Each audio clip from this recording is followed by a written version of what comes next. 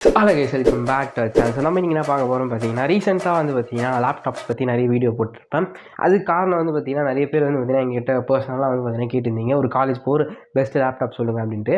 So அதுக்காக தான் வந்து பார்த்தீங்கன்னா அந்த வீடியோஸ் அந்த சிமிலர் வீடியோஸ் போட்டுருந்தேன். பட் ஆனால் இப்போ வந்து பார்த்தீங்கன்னா நான் வந்து லாஸ்ட் ஒரு 2 வீடியோ லேப்டாப் பற்றி பேசிட்டேன். அதனால் வந்து பார்த்தீங்கன்னா லேப்டாப் வாங்கலாமான்னு கேட்டிங்கன்னா, அந்த வீடியோவில் நான் ஸ்பெசிஃபை பண்ணியிருப்பேன். இந்த ஸ்டூடெண்ட்ஸாக இருக்கட்டும், இல்லை காலேஜ் போய் கேமிங் பண்ணுறவங்க, எடிட்டிங் பண்ணுறவங்க, இல்லை வேலைக்கு போய் கேம் ஆடுறவங்க, எடிட் பண்ணுறவங்க, அவங்களுக்கு தான் வந்து பார்த்திங்கன்னா அந்த லேப்டாப்ஸ் நான் சொன்னேன். பார்ட் டைமாக எடிட் பண்ணுறதோ இல்லை பார்ட் டைமாக கேம் ஆடுறதோ, ஸோ அவங்களுக்கு மட்டும்தான் வந்து பார்த்திங்கன்னா அந்த ஒரு பர்டிகுலர் லேப்டாப்ஸ் நான் சஜெஸ்ட் பண்ணது. பட் இதுவே வந்து பார்த்திங்கன்னா நீங்கள் ஒரு ஃபுல் டைமாக ஃப்ரீலான்சிங் பண்ண போகிறீங்க, இல்லை வந்து யூடியூப் வீடியோ எடிட் பண்ண போகிறீங்க, அதுக்கடுத்து வந்து பார்த்திங்கன்னா கேமிங் ஸ்ட்ரீம் பண்ண போகிறீங்கன்னா, அப்போ வந்து பார்த்திங்கன்னா உங்களுக்கு இந்த ஒரு லேப்டாப்ஸாக இருக்கட்டும், இல்லை வந்து பார்த்திங்கன்னா இந்த லேப்டாப்ஸாக இருக்கட்டும், நான் சொன்ன அந்த எந்த லேப்டாப் வேணா இருக்கட்டும், அதெல்லாம் வந்து பார்த்திங்கன்னா பெருசாக உங்களுக்கு பர்ஃபார்மன்ஸ் தராது. எக்ஸப்ட் வந்து பார்த்திங்கன்னா மேக்கின் ப்ரொடக்டிவிட்டி, அதாவது மேக் M1 M3 வாங்கினீங்கன்னா உங்களுக்கு ப்ரொடக்டிவிட்டி நல்லா வரும். M3 Pro, M1 to M2 Pro, so அந்த மாதிரி விஷயம்லாம் நீங்கள் வாங்கினீங்கன்னா உங்களுக்கு ப்ரொடக்டிவிட்டி சைடில் நல்லா வரும். பட் ஆனால் வந்து நீங்கள் ஒரு லோ பட்ஜெட் 1 lakh நீங்கள் ஒரு லேப்டாப் வாங்கணும் அப்படின்னு நினச்சிங்கன்னா, அந்த பர்ஃபார்மன்ஸ் வந்து உங்களுக்கு வருமானு கேட்டிங்கன்னா அது கொஞ்சம் சந்தேகம் தான். ஸோ அதுக்காக தான் நம்ம இந்த வீடியோவில் வந்து தெளிவாக என்ன லேப்டாப்ஸ் பெஸ்ட்டாக இல்லை பிசிஸ் பெஸ்ட்டாக அப்படின்றத பார்க்க போகிறோம். மோஸ்ட் ப்ராபபிள் நிறைய பேர் தெரிஞ்சிருக்கும் லேப்டாப்ஸோட பிசி பெஸ்ட்டு. பட் ஆனால் வந்து நம்ம இது வந்து தியரிட்டிக்கலாக பார்க்காம ப்ராக்டிக்கலாக எப்படி அது வந்து பெஸ்ட்டாக இருக்குது அப்படின்றத பார்க்க போகிறோம் இந்த வீடியோவில். ஸோ வீடியோ வந்து பாருங்கள், ஸ்கிப் பண்ணால் பாருங்கள். பிடிச்சினா நம்ம சேனல் மறக்காமல் சப்ஸ்கிரைப் பண்ணிட்டு மறக்காமல் பக்கத்தில் இருக்க பெல் கிளிக் பண்ணி ஆல் ஆப்ஷனை கொடுத்துட்டீங்க. நாங்கள் அப்பப்போ வீடியோ போடும்போது நோட்டிஃபிகேஷன். சரி, வாங்க வீடியோவில் பார்க்கலாம். இல்லை லேப்டாப் வாங்க போகிறோம் பார்த்தீங்கன்னா லெனோவோட LOQ லேப்டாப் தான் வாங்க போகிறோம். அண்ட் நீ போன வீடியோவில் சொல்ல மாட்டேன், இந்த லெனோவெலாம் எனக்கு எதுவும் ஸ்பான்சர்லாம் பண்ணல. எனக்கு வந்து அது பர்சனலாகவும் சரி, அண்ட் ஆல்சோ வந்து பார்த்தீங்கன்னா அது பெர்ஃபார்மன்ஸ் வந்து நல்லா இருந்துச்சு ஓரளவுக்கு compare to other laptop. So அதனால தான் நான் அதை வந்து சஜஸ்ட் பண்ணுவேன். அண்ட் அது இல்லாமல் அது கூலிங் சிஸ்டம் வந்து பார்த்தீங்கன்னா நல்லாயிருக்கும். அவங்க வந்து பார்த்தீங்கன்னா மெட்டல் ஷீட்லாம் வச்சு நல்லா வந்து பார்த்தீங்கன்னா கூலிங் பண்ணி தந்திருப்பாங்க. ஸோ அதனால தான் நான் அதை ப்ரிஃபர் பண்ணுவேன் எல்லாருக்குமே. மிச்சப்படி வந்து பார்த்தீங்கன்னா அவங்க எனக்கு ஸ்பான்சர்லாம் பண்ணல.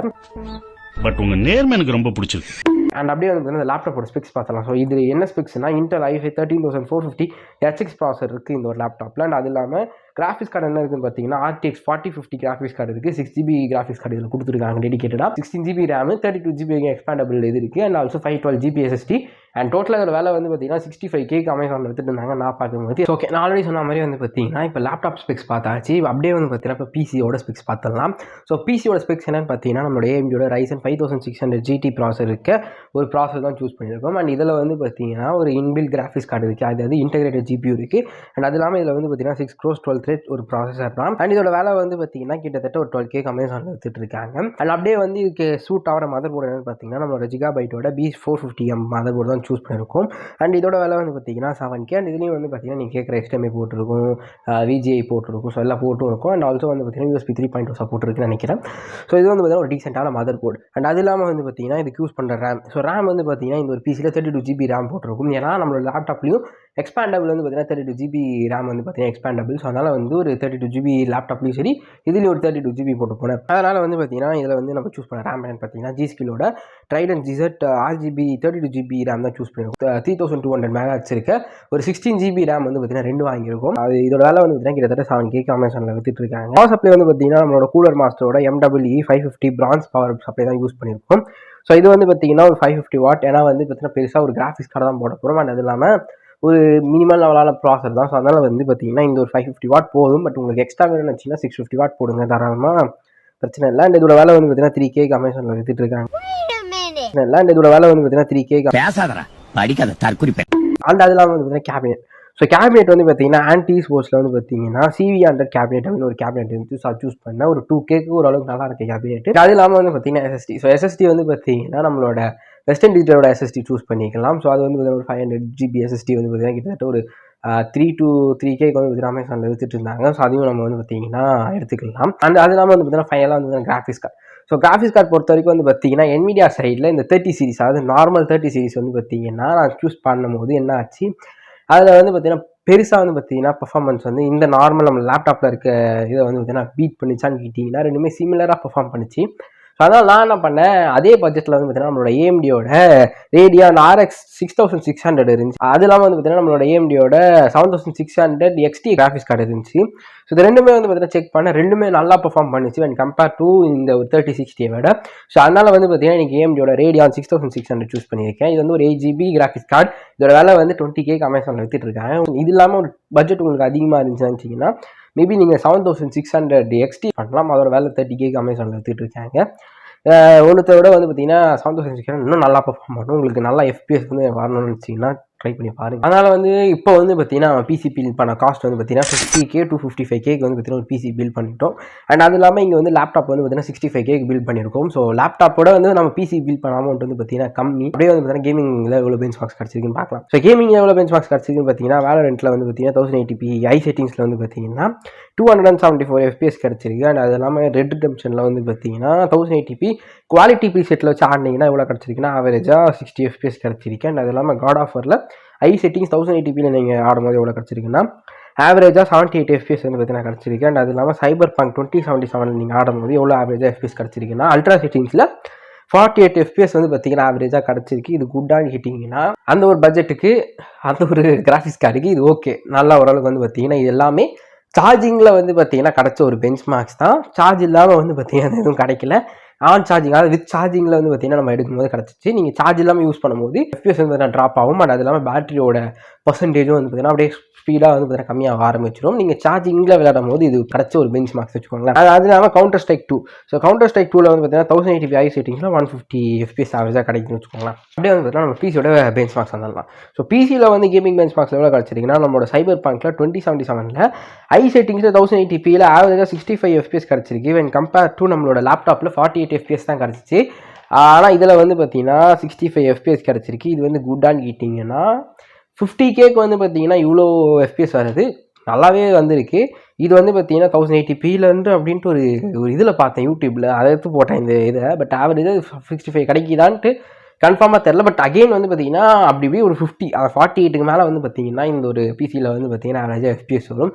அது ஃபார் ஷோர். அண்ட் அது இல்லாமல் நம்மளோட வேலரண்ட்டில் வந்து பார்த்தீங்கன்னா கிட்டத்தட்ட ஐ செட்டிங்ஸ் 1080pல ஆவரேஜாக 550 FPS வந்து பார்த்தீங்கன்னா கிடச்சிருக்கு.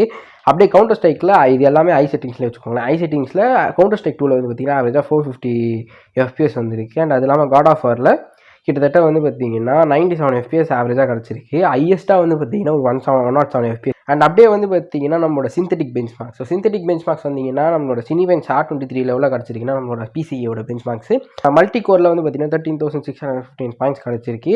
அப்படியே நீங்கள் சிங்கிள் கோர் சைடு வந்தீங்கன்னா சிங்கிள் கோரில் 1763 பாயிண்ட்ஸ் வந்து பார்த்தீங்கன்னா நம்மளோட சினிபெஞ்ச் R23 சிங்கிள் கோரில் கிடச்சிருக்கு. இது வந்து நம்மளோட பிசியோட பெஞ்ச் மார்க். பார்த்தீங்கன்னா நம்மளோட லேப்டாப் லெவலில் கிடச்சிருக்கு பார்த்தீங்கன்னா மல்டி கோரில் 16,745 பாயிண்ட்ஸ் கிடச்சிருக்கு. அண்ட் சிங்கிள் கோரில் 1806 பாயிண்ட்ஸ் கிடச்சிருக்கு. இப்போ தான் வந்து பார்த்தீங்கன்னா எல்லாருக்கும் ஷாக் வரும்.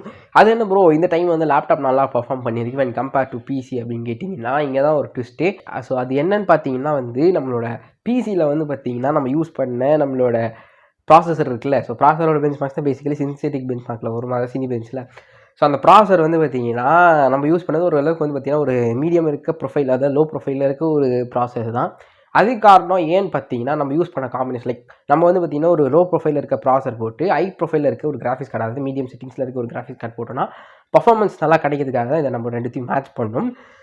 நீங்கள் உங்களுக்கு வேணால் வந்து பார்த்தீங்கன்னா இன்டோலோட i5லே வந்து பார்த்தீங்கன்னா நீங்கள் 12th Gen 13 ட்ரை பண்ணிங்கன்னா அது வந்து பார்த்தீங்கன்னா இதை விட வந்து பார்த்தீங்கன்னா நல்லா பர்ஃபார்ம் பண்ணும். நம்ம பிசி வந்து நல்லா பர்ஃபார்ம் பண்ணும், இது வந்து பார்த்தீங்கன்னா கம்மியாக பர்ஃபார்ம் பண்ணும். பட் ஆனால் நீங்கள் அந்த ப்ராசஸ் வாங்கி போட்டிங்கன்னா அதோட விலை வந்து பார்த்தீங்கன்னா ஒரு 20K போகும்.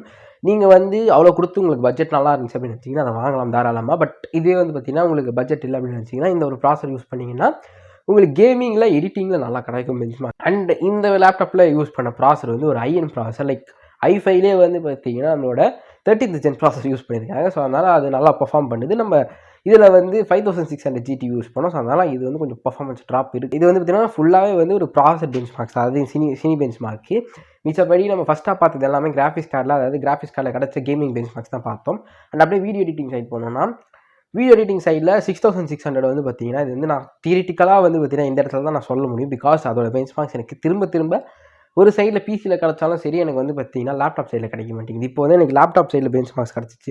வீடியோ என்கோடிங்கில் நம்மளோட லேப்டாப் வந்து பார்த்தீங்கன்னா 30 பாயிண்ட்ஸ் எடுத்திருக்கு. அப்படியே பிளண்டர் 3.3ல 920 பாயிண்ட்ஸ் எடுத்திருக்கு. ஆனால் நம்மளோட பிசிக்கு போய் நம்ம செக் பண்ணணும்னு நினச்சிங்கன்னா கிராஃபிக்ஸ் கார்டு பெஞ்ச் மார்க்ஸ் அது கிடைக்கவே மாட்டேங்குது. ஸோ அதனால் வந்து நம்ம லைவாக ஒரு பிசி வச்சு பெஞ்ச் மார்க்ஸ் பண்ணால் தான் அந்த பிளண்டராக இருக்கட்டும், ப்ரீமியர் ப்ரோவாக இருக்கட்டும், டாவின்சி இது பெஞ்ச் மார்க்ஸ்லாம் கிடைக்கிது.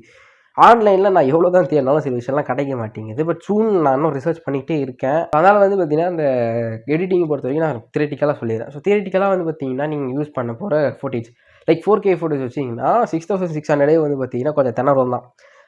நம்ம லேப்டாப்லாம் வந்து பார்த்தீங்கன்னா இன்னும் லேக் ஆகும். அண்ட் ஆல்சோ வந்து பார்த்தீங்கன்னா இன்னொரு விஷயம் சொன்னேன் ஆல்ரெடி, பேட்டரி அதாவது ஆன் சார்ஜ், வித்தவுட் சார்ஜில் உங்களுக்கு பெஞ்ச் மார்க்ஸ் மாறும். நான் சொன்னது எல்லாமே சார்ஜிங்கில் இருக்கும்போது இருக்க பெஞ்ச் மார்க்ஸ் தான். நீங்கள் சார்ஜ் எடுத்துட்டிங்கன்னா பெஞ்ச் மார்க்ஸ் மாறும்.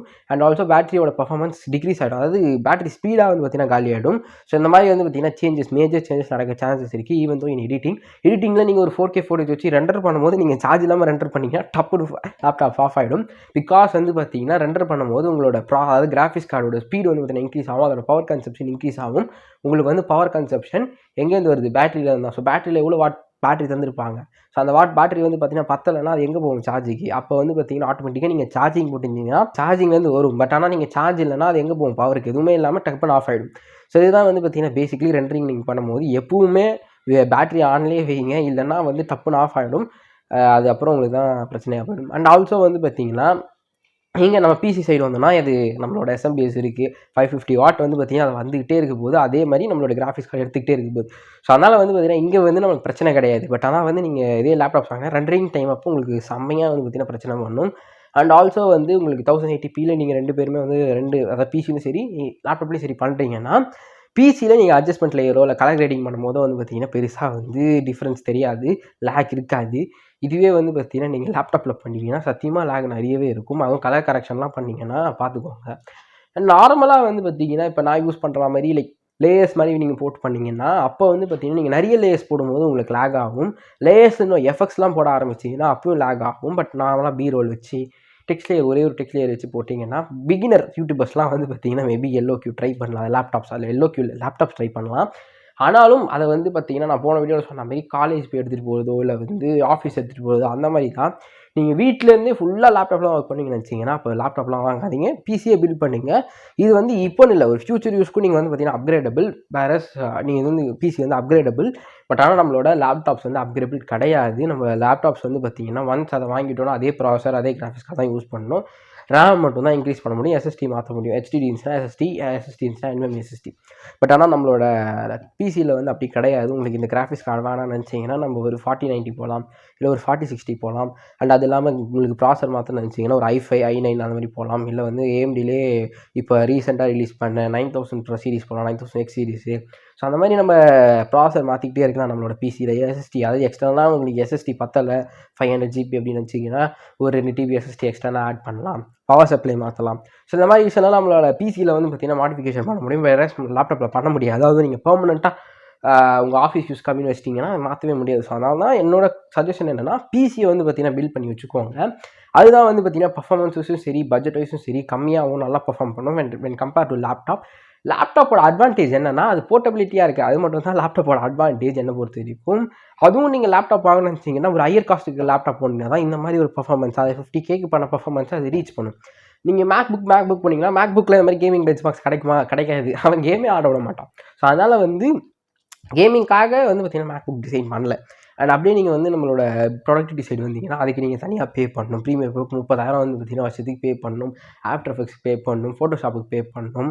ஸோ இந்த மாதிரி விஷயம்லாம் இருக்குது. நீங்கள் மேக் போகும்போது நீங்கள் லீட் ஜாயின் பண்ணிங்கன்னா லீட் ஜாயினே 3 லட்சம் வரைக்கும் லேப்டாப் இருக்குது. ஸோ அந்த 3 லட்சம் நீங்கள் கொடுத்து வாங்குவீங்களா? 3 லட்சத்துக்கு நீங்கள் ஒரு 50K பிசி பில்ட் பண்ணீங்களா? 1 லட்சத்துக்கே நீங்கள் பிசி பில்ட் பண்ணலாம். அந்த 3 லட்சத்தை செலவு பண்ணுறதுக்கு பதில் 1 லட்சத்துக்கே நல்லா வரும்.